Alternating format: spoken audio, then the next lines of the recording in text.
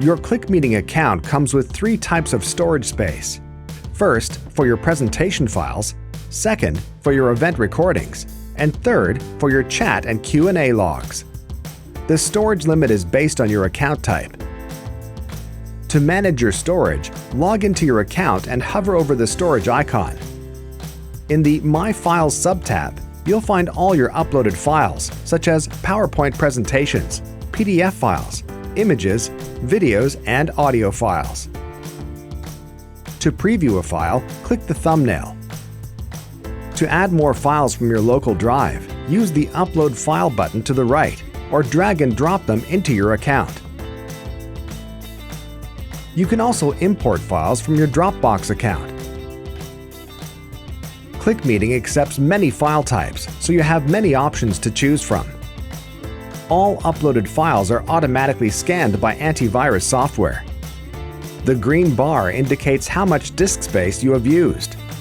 To free up space for new files, download some files to your local drive and delete them from your account. To delete multiple files, select them one by one and click Delete.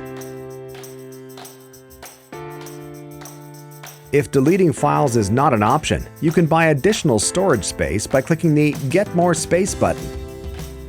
You can access all the files from your storage in the webinar room.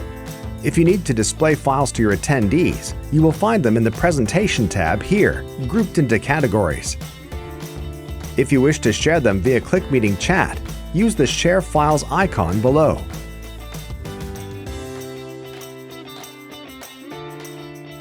Now let's get back to the Account panel. In the Recordings sub-tab, you'll find all your webinar recordings. To learn more about your options, watch our video tutorial about recordings. You will find the link in the description below. Go to the Chat and Q&A Logs sub-tab to access your chat archives. Note that they are logged and stored automatically during all your events. You can view them online, download them for later, or delete them. Now you know everything about ClickMeeting storage. Have a great event!